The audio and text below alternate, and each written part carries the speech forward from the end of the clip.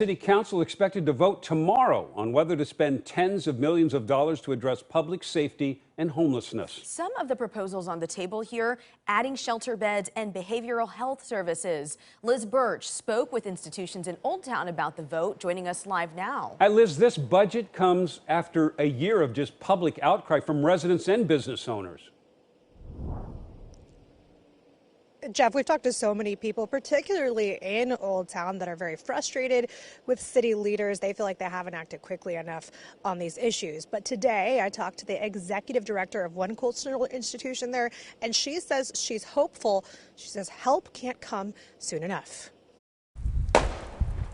Lansu Chinese Gardens executive director tells me she's relieved to see the city prioritizing public safety and homelessness in Old Town, but says if the budget's passed, it will come down to getting those resources deployed on the streets as fast as possible. And I think ultimately at the end of the day, that's going to come down to leadership.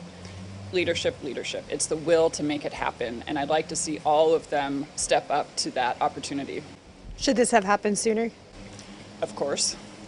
I think that whoever you're talking to will give you lots of different reasons why it hasn't happened sooner. But the reality is, there are people suffering on the streets right now. She's worried about the safety of her staff and visitors and the people living on the streets. People are armed to the teeth, and sometimes they're armed to the teeth in their tents because they're being attacked.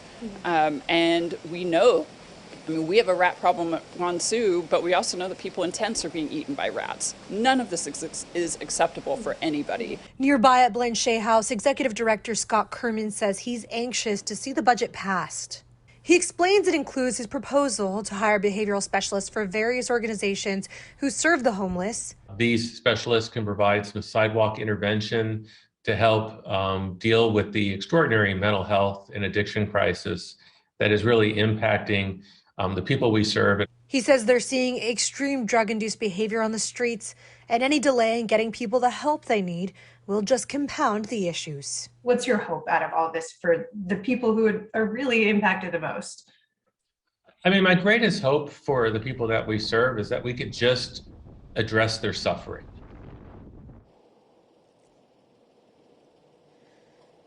And to watch our coverage of last week's meeting, including what our city leaders said, go to KOIN.com. Live in Portland tonight, Liz Birch, KOIN 6 News.